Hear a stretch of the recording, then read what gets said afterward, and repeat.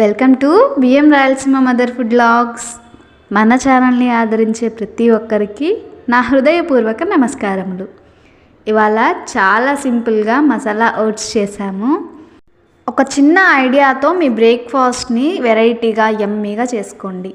ఈ మసాలా ఓట్స్ చాలా ఈజీ, చాలా హెల్తీ, చాలా టేస్టీ. ప్రతి ఒక్కరూ కూడా ఖచ్చితంగా ట్రై చేయాల్సిన రెసిపీ అండి. వెయిట్ లాస్ అవ్వాలి అనుకునే వాళ్ళకైతే ఇది ఒక మంచి రెసిపీ.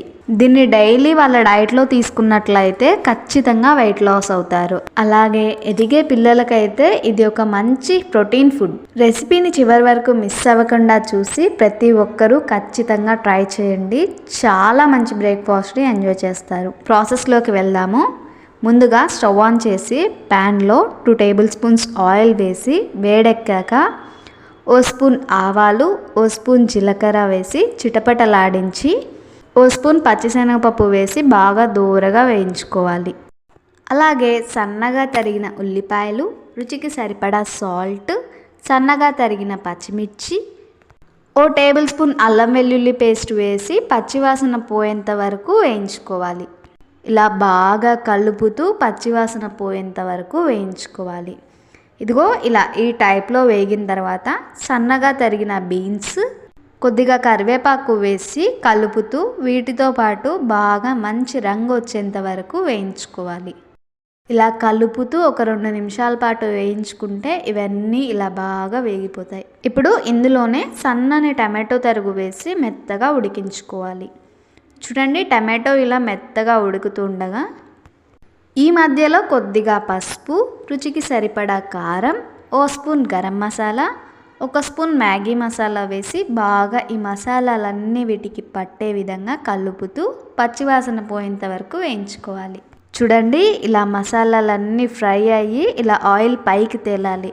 అలా వేగాక కొద్దిగా మిరియాల పొడి వేసి కాస్త అలా ఫ్రై చేసుకొని ఇందులోనే 1 కప్పు ఓట్స్ వేసి ఈ మసాలా అంతా ఓట్స్కి బాగా పట్టే విధంగా కలుపుకోవాలి.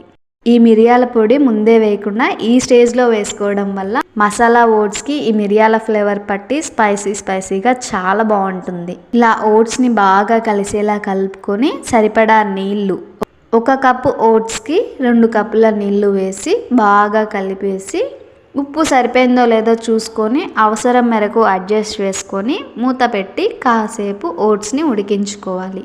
చూడండి, ఇలా ఓట్స్ బాగా ఉడికి జ్యూసీగా ఉండాలి. ఇంకా చివరిగా సన్నని కొత్తిమీర తరుగు వేసి కలుపుకొని స్టవ్ ఆఫ్ చేసి ఒక బౌల్లో సర్వ్ చేశాను. ఈ ఓట్స్లోని నీరు పూర్తిగా ఎగిరిపోకముందే స్టవ్ ఆఫ్ చేసుకోవాలన్నది గుర్తుంచుకోండి. ఇంకా మీరు ఇందులో ఆప్షనల్గా కొద్దిగా సాంబార్ పొడి వేసుకున్న చాలా బాగుంటుంది అరోమా. చూడండి, ఈ మసాలా ఓట్స్ ఇలా జ్యూసీగా ఉన్నప్పుడే వీటి అసలైన ఫ్లేవర్, రుచిని ఆస్వాదించవచ్చు. చల్లారక కూడా టేస్ట్లో అయితే ఏ మాత్రం మార్పు ఉండదు, కానీ ఓట్స్ మాత్రం బంకగా అయిపోతాయి. ఎలా ఉన్నా రుచి అయితే చాలా బాగుంటుంది. ఎలా ఉందండి మా ఐడియా? బాగుందా? జనరల్గా ఓట్స్ని చాలామంది చాలా రకాలుగా చేస్తూ ఉంటారు. ఇది మేము కొత్తదనంగా ఓట్స్ని ఇష్టపడని వారు కూడా ఇష్టంగా తినేలా చేశాము. ఇంకా పిల్లలైతే ఇలాంటి ఫుడ్ని చాలా బాగా ఇష్టపడతారు. ఒక్కసారి పిల్లలకి ఇలా చేసి పెట్టండి, చాలా బాగా ఇష్టపడతారు. అలాగే హెల్త్కి కూడా చాలా మంచిది, కావాల్సినంత ప్రోటీన్ని అందిస్తుంది. ప్రతి ఒక్కరూ ఖచ్చితంగా ట్రై చేయాల్సిన రెసిపీ అండి. ఒక్కసారి ట్రై చేసి రుచి చూడండి, మీకే అర్థమవుతుంది ఎంత బాగుంటుందో. ఒకసారి మీరు ట్రై చేశాక మీకు ఏమైనా డౌట్ ఉంటే కామెంట్ పెట్టండి, ఖచ్చితంగా రిప్లై ఇస్తాము. కొత్తగా మన ఛానల్ని చూసే వాళ్ళైతే సబ్స్క్రైబ్ చేసి పక్కనే ఉన్న బెల్ సింబల్ని క్లిక్ చేయండి. మేము పెట్టే ప్రతి వీడియో మీకు నోటిఫికేషన్ రూపంలో వస్తుంది. అలాగే మీకు తెలిసిన వారికి షేర్ చేయండి. మీరు ఇచ్చే లైక్స్, షేర్స్, వ్యూసే మాకు సపోర్ట్. ఈ రెసిపీని చివరి వరకు చూసిన వాళ్ళందరికీ నా హృదయపూర్వక ధన్యవాదాలు. మరో మంచి రెసిపీలో కలుద్దాం.